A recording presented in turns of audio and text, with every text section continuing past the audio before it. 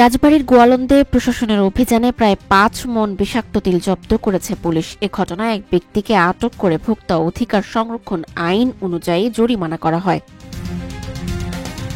শুক্রবার দুপুরে উপজেলার নছরউদ্দিন সর্দারপাড়া গ্রামে এ অভিযান পরিচালনা করা হয়। পুলিশ জানায়, গোপন সংবাদের ভিত্তিতে গোয়ালন্দ ঘাট থানার একটি টিম রাবেয়া ইদ্রিস মহিলা কলেজ মাঠ থেকে রফিকুল ইসলাম বাবু নামে এক ব্যক্তিকে আটক করে। তিনি স্থানীয় আব্দুল সাত্তার ফকিরের ছেলে। ওই সময় তার কাছ থেকে বিক্রির উদ্দেশ্যে লাল তিলে বিষাক্ত কালো রং মেশানো অবস্থায় প্রায় ৫ মণ তিল উদ্ধার করা হয়, যার বাজার মূল্য প্রায় ১৮,০০০ টাকা।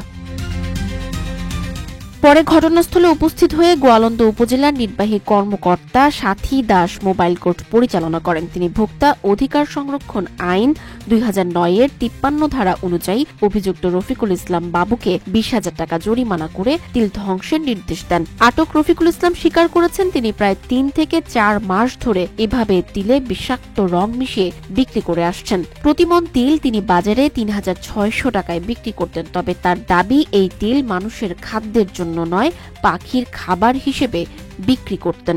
আমরা গোপন সংবাদের ভিত্তিতে যে সংবাদটা পেয়েছি সেটা আমি ঘটনাস্থলে এসে সত্যতা পেলাম এবং অভিযুক্ত যে ছিল তাকে জিজ্ঞাসাবাদ করলে সে তার এই অপরাধ স্বীকার করেন এবং ভবিষ্যতে করবেন না মর্মে আমাদের কাছে অঙ্গীকার করেছেন। সে নর্মালি হচ্ছে যেই তিলটায় আমরা দেখতে পেলাম সেটা হচ্ছে লাল তিল ছিল। লাল তিলকে কেমিক্যাল মিশিয়ে কালো করা হচ্ছে, যেটা আবার একটু বেশি দামে বিক্রি করে সে লাভবান হচ্ছিল অবৈধ উপায়ে। প্রাথমিকভাবে সে যেটা বলছে সেটা পাখিকে খাওয়ানোর জন্য।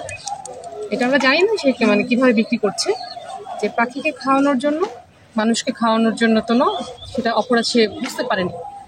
যখন তাকে বললাম সে পরবর্তীতে অপরাধ স্বীকার করে এবং যেহেতু অপরাধ স্বীকার করেছে, ভবিষ্যতে করবে না, আমরা ভোক্তা অধিকার সংরক্ষণ আইন ২০০৯-এর ৫৩ ধারা অনুযায়ী তাকে ২০,০০০ টাকা অর্থদণ্ড আরোপ করেছি এবং সে জরিমানা দিয়েছে।